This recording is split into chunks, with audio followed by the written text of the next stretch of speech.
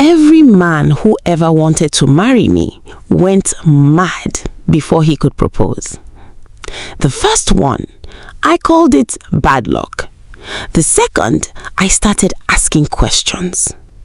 By the time the fourth man started losing his mind, the whole town called me cursed.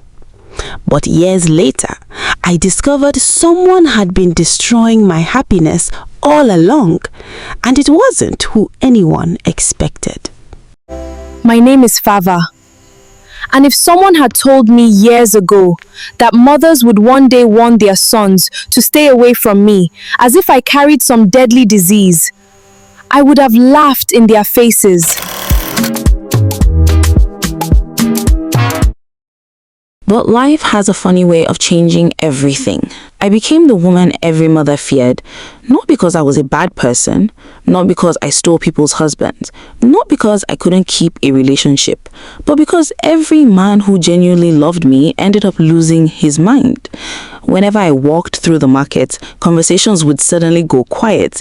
Then, just as I walked past, the whispers would begin. That's the girl. Don't even look at her. Isn't she the one whose fiancé started eating sand? I've warned my son never to bring that girl into my house. Some people whispered, others didn't even bother. They looked me straight in the eye before saying, she is cursed. The painful part wasn't that strangers believed those stories. It was that some of them were people I had grown up greeting every single morning. Women who had once carried me on their backs when I was little suddenly acted as though my shadow alone could destroy their homes. Whenever a young man was seen talking to me for more than a few minutes, someone would quickly pull him aside. Be careful, my son. That girl is not ordinary. Every man who has tried to marry her has suffered. At first, I tried explaining. I tried defending myself. I even begged people to believe that I had never hurt anyone. But after years of saying the same thing and watching nobody believe me, I became tired. I stopped explaining. I stopped defending myself. Eventually, I started avoiding people completely because it hurt less than hearing them judge me every single day.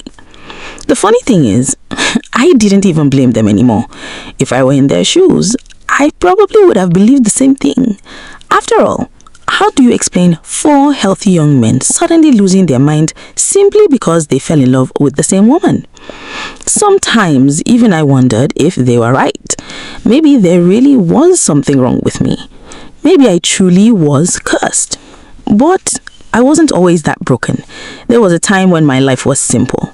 There was a time when my biggest problem was convincing my mother to let me eat biscuits before dinner. Back then, life still made sense. I was only 10 years old when cancer took my mother away from me. To this day, I still remember the last promise she made. She smiled weakly from her hospital bed and said, when I get better, I'll make your favorite jollof rice myself. I believed her. Children always believe their mothers. I didn't know that would be the last conversation we would ever have. 3 days later, she was gone. The house became painfully quiet after her burial. Every room reminded me of her. Her favorite chair, her Bible beside the bed, the smell of her perfume that refused to disappear. Sometimes I would sneak into my parents' room at night just to hug one of her wrappers because it still smelled like her. My father cried more than I had ever seen a man cry. Many nights I woke up and found him sitting alone in the sitting room staring at our family photo. Neither of us knew how to live without her, so we learned together. From that day on, my father became everything. He was my father, my mother, my best friend. Every morning he woke up before me just to braid my hair for school. The first few times were terrible. My classmates laughed because the braids looked crooked. When I got home crying, my father apologized like he had committed a terrible crime. The next day, he watched YouTube videos. He asked our neighbor's wife for help. He kept practicing. Within a few months, he had become better at making my hair than some women. Whenever people praised my neat hairstyle, he would smile proudly and pretend not to enjoy the compliment. But I always knew he did. He never missed my school events, never forgot my birthday, never let me feel like I had lost both parents. Whenever anyone asked him why he hadn't remarried, he always smiled and said, Favour still needs me. I didn't understand then why those words made some people uncomfortable, especially my aunties. Every Christmas, one of them would pull him aside. "Brother, this girl is growing. You need a wife. A child cannot replace the person of a woman." My father always gave the same answer: "When the time is right." Years passed before that time finally came. I was 15 when my father introduced me to the woman who would unknowingly change my life forever. Her name was Beatrice. She was beautiful, soft-spoken, always smiling. The kind of woman everyone immediately liked.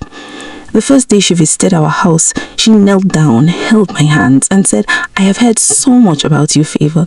I hope we become good friends." I smiled. For the first time since my mother died, I allowed myself to believe that maybe, just maybe, life was about to become beautiful again. I had no idea. I had just opened the door to the person who would spend years destroying every chance I had at happiness. When my father told me he wanted to remarry, I was genuinely happy for him. People often assume children hate the idea of having a stepmama. I didn't. For years, I had watched my father carry the pain of losing my mother alone. He smiled because of me. He laughed because of me. But there were nights I caught him sitting quietly with my mother's photograph in his hands. He deserved another chance at happiness. So when he asked me, "Princess, would you be okay if I got married again?" I hugged him immediately. "I just want you to be happy, Daddy." A few months later, he married Beatrice. For a while, life was peaceful. She treated me well, she cooked my favorite meals, helped me prepare for examinations, even attended school events whenever my father was busy. Everyone praised her. Favour is lucky. Not every stepmother treats her husband's child this well. I believed them. Then, little things began to change. One Saturday afternoon, Beatrice had dressed up for a friend's birthday party. Just as they were about to leave, I developed a very high fever. The moment my father touched my forehead, he cancelled everything. Beatrice tried to persuade him. "We can drop her at the hospital and still make the party." My father shook his head. "No." "She'll be fine." "No, she needs me." He stayed beside my hospital bed all night. Every few minutes, he checked my temperature. When I finally woke up, he was asleep in the chair beside me, still holding my hand. Looking back, that was the day everything changed. From then on, whenever my father chose me over his wife, Beatrice smiled, but the smile never reached her eyes. One evening, I accidentally overheard them talking. She asked quietly, "When was the last time we spent an entire day together?" My father sighed. "I've been busy." "No," she replied. "You've been busy with Favour." There was silence. Then she said something I will never forget. "Sometimes I feel like I'm competing with your daughter for your attention." My father's answer came without hesitation. "She is my daughter, and I'm your wife. I know. You always choose her." Another long silence. Then my father said gently, "No matter what happens, Favour comes first." He wasn't trying to hurt her. He was simply being honest. To him, it was the most natural thing in the world. To Beatrice, it became the beginning of a bitterness she never let anyone see. Life moved on. I finished secondary school, graduated from the university, completed my NYSC, then got a good job in Lagos. My father celebrated every achievement like it was his own. Whenever I visited home, he would still call me Princess. I'd laugh, "Daddy, I'm an adult now." "You'll always be my little girl." Each time he said those words, I noticed Beatrice's smile fade for only a second. I never understood why until later. I was 26 when I met Tunde. We met at a colleague's engagement ceremony. He was respectful, calm, kind. The kind of man who made everyone around him feel comfortable. We became friends. Friendship became love. Months later, While we were having dinner, he smiled and said, "I think it's time." I looked at him. "I would like to come and ask your father's permission to marry you." I could barely contain my excitement. When I told my father, he laughed with joy. "I have been waiting for this day." Even Beatrice hugged me. "I'm so happy for you." The following weekend, Tunde visited my family. Everything went perfectly. My father liked him immediately. As he was leaving, Beatrice stopped him outside. "Tunde." "Yes, ma.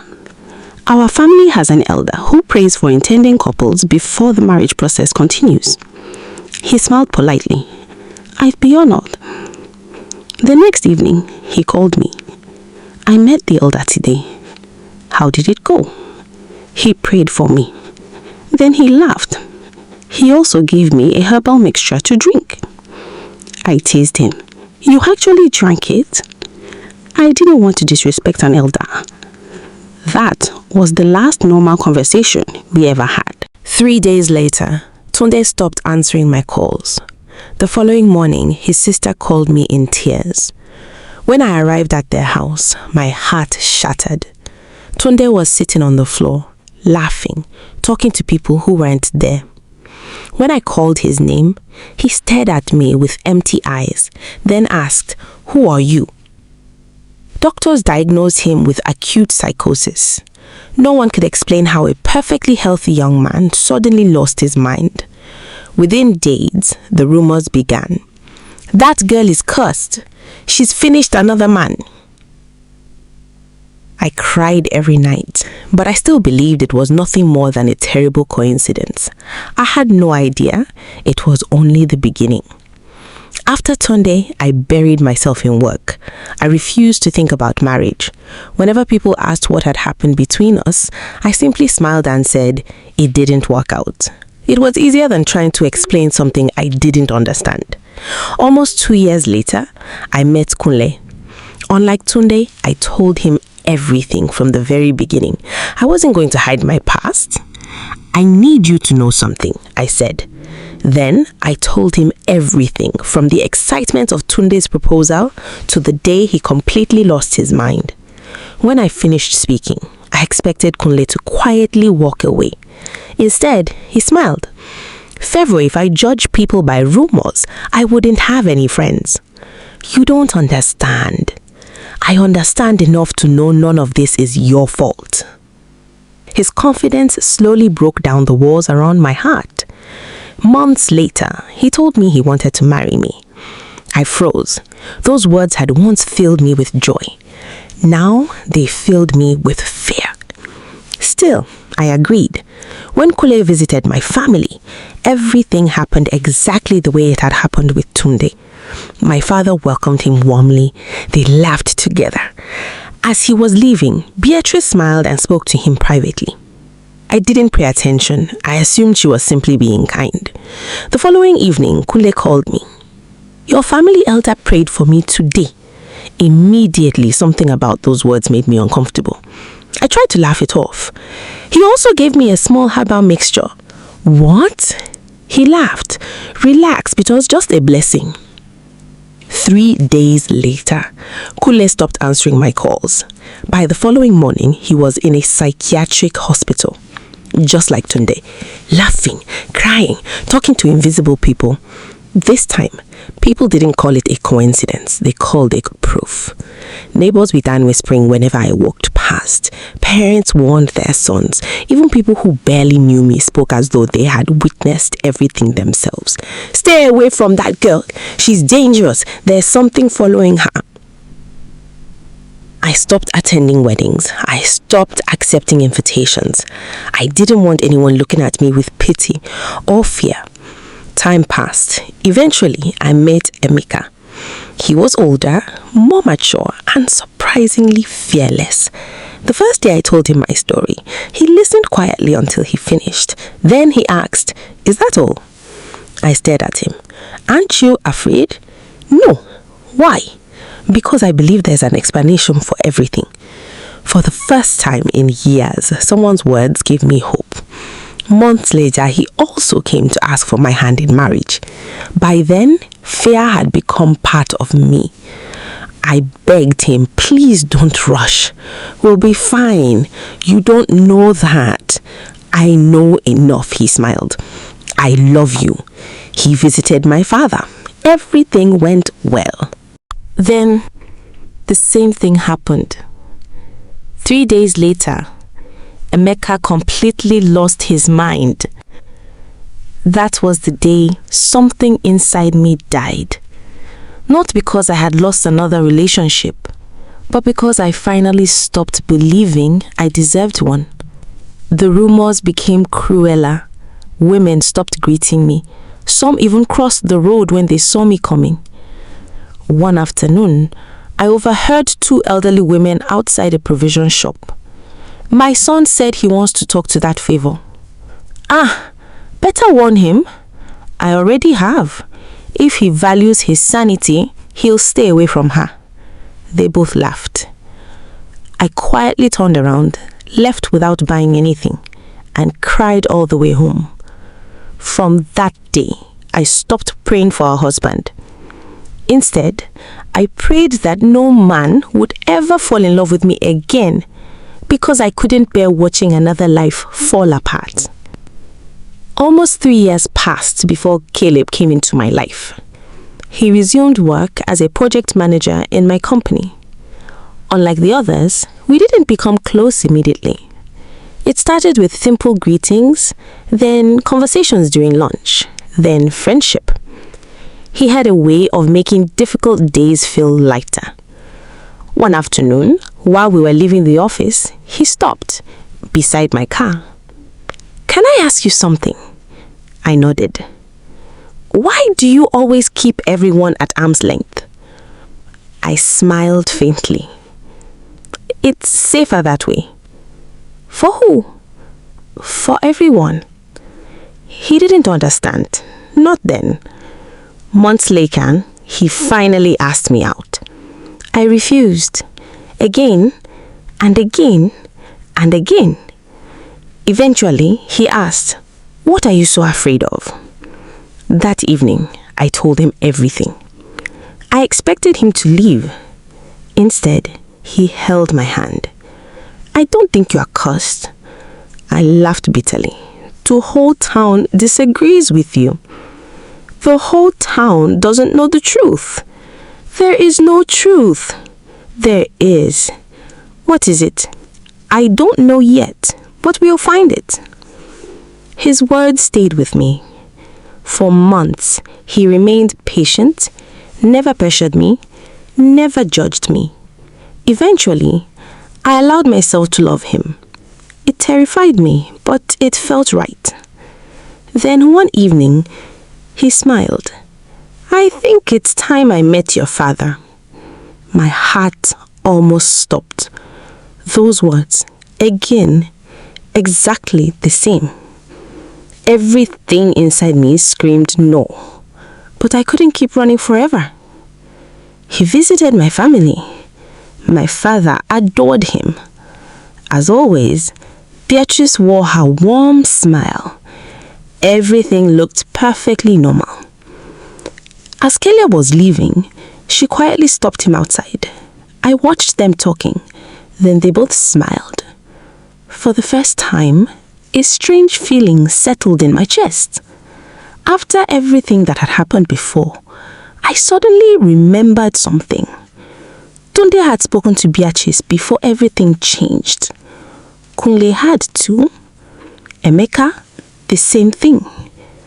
I tried calling Caleb that night. He answered, "How was your journey?" "Fine." He laughed. "Your stepmother insisted I should visit your family elder tomorrow." The smile disappeared from my face. "What elder?" "The one that prays for intending couples." I sat upright. "What exactly did she tell you?" "But it's your family tradition." I became restless. "Khalid, relax. I'll just greet him and come back." The next day, his phone was switched off. By evening, he wasn't answering. The following morning, I found him sitting in his apartment, talking to people who weren't there, exactly like the others. I broke down. That evening, the news spread through town. Another man, another tragedy, another reason for people to call me cursed. I locked myself inside the office restroom and cried until I couldn't breathe. A gentle knock came on the door. It was my colleague, Yemi. She waited until I opened the door. Then she looked straight at me. Favour. I wiped my face. I'm tired. I know. No, you don't. She stepped closer. Listen to me carefully. 1 man, maybe coincidence. 2, strange. 3, almost impossible. 4, she shook her head. No, this isn't bad luck. This is a pattern. I stared at her. She continued. Stop asking why this is happening. Start asking who is making it happen. For the first time in years, someone gave me a question I had never thought to ask. That night, I couldn't sleep. My mind kept replaying the same memories. Tunde, Kule, Emeka, Caleb. Different men, different families, different lives. Yet every single one of them had done one thing before losing their minds. Every one of them had spoken to Beatrice. And every one of them had visited the same mysterious family elder. By sunrise, I knew one thing. If I wanted my life back, I had to find that elder. The next morning, Yemi met me before work. She didn't ask how I was feeling. Instead, she placed a notebook in front of me. Let's think like investigators. I managed a weak smile. Investigators? If someone planned this, they made a mistake somewhere. She drew 4 lines on the paper. Tunde, Kule, Emeka, Caleb. Tell me everything they all had in common. I answered immediately. They wanted to marry me.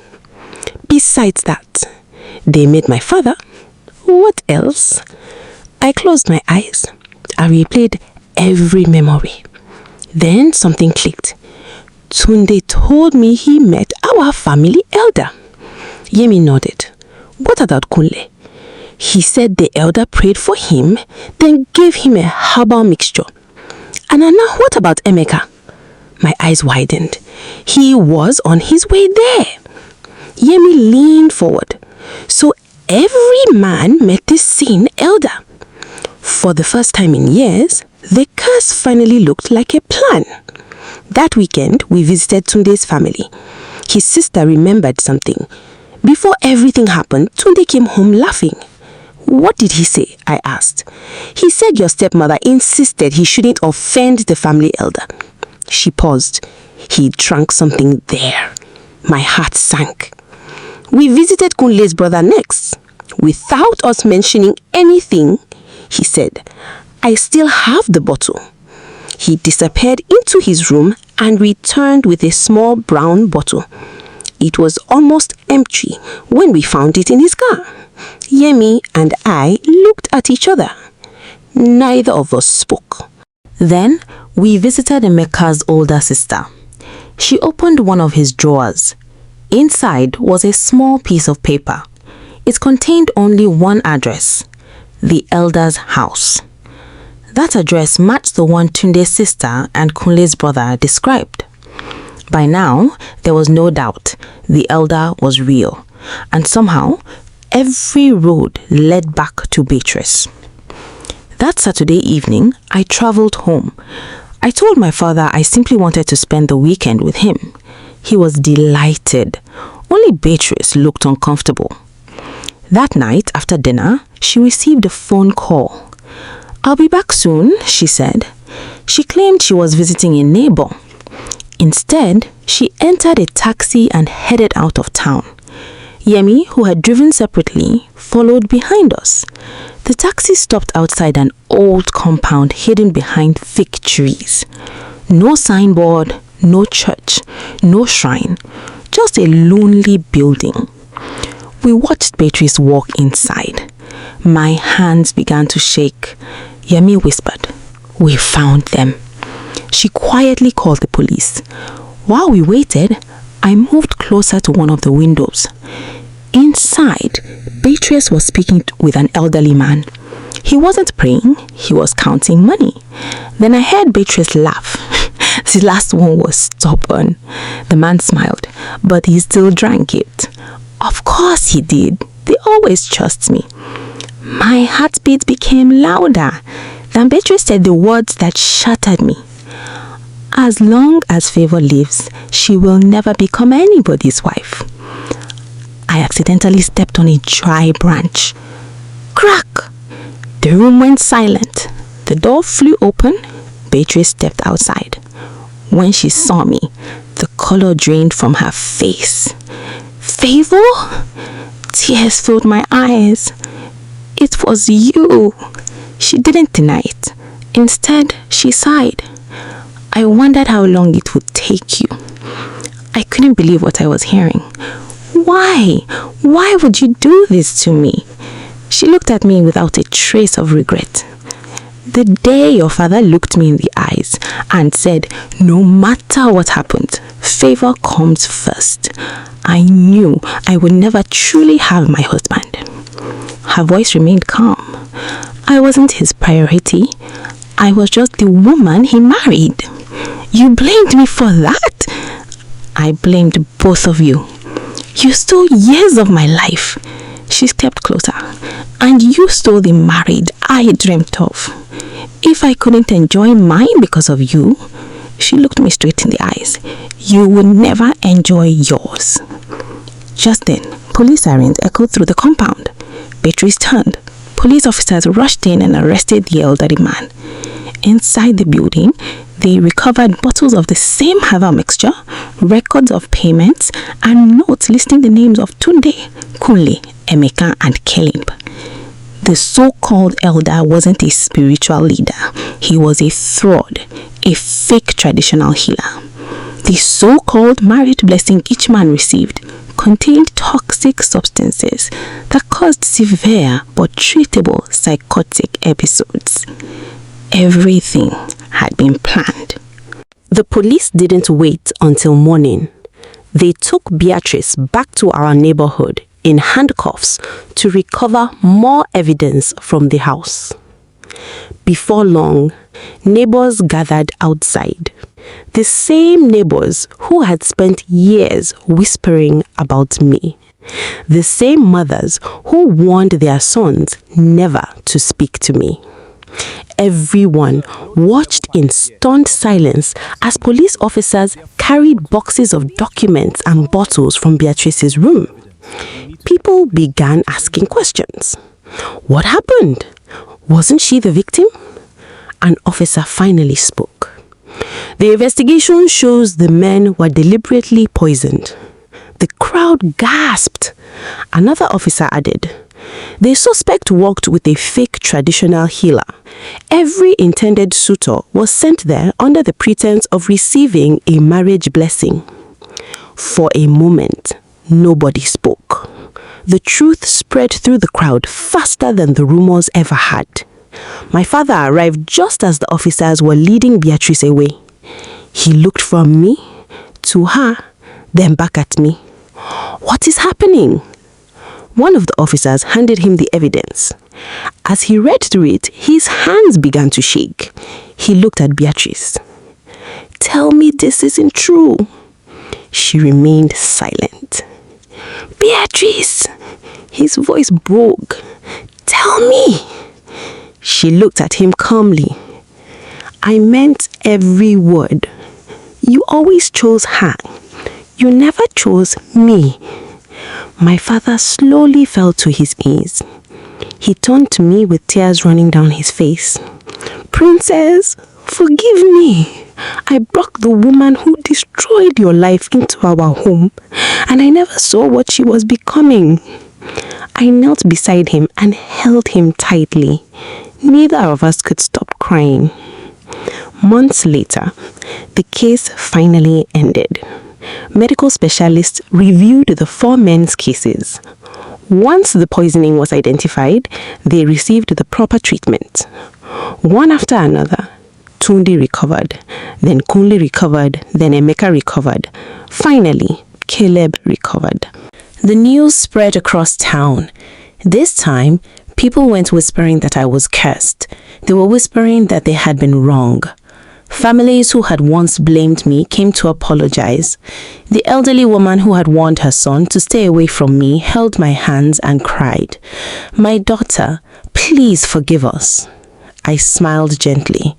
I already have, because I knew bitterness would only continue the damage Beatrice had started.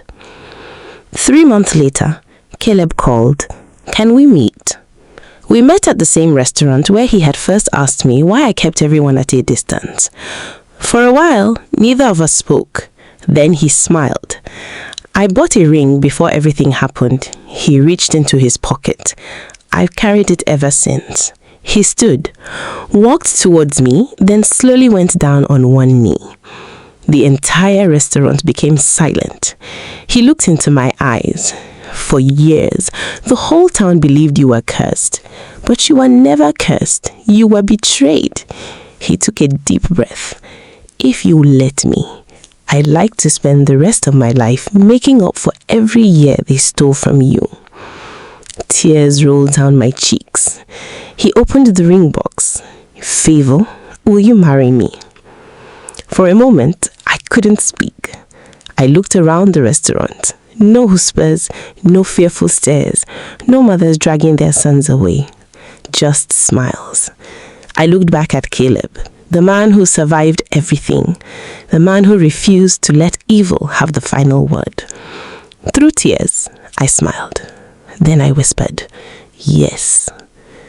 As he slipped the ring onto my finger, applause filled the restaurant. For the first time in years, I felt completely free. Sometimes, the greatest curse isn't the one people accuse you of carrying. It's the lie they choose to believe without ever asking for the truth. The end. Please take a moment to click the subscribe button and share to friends to watch. Thank you.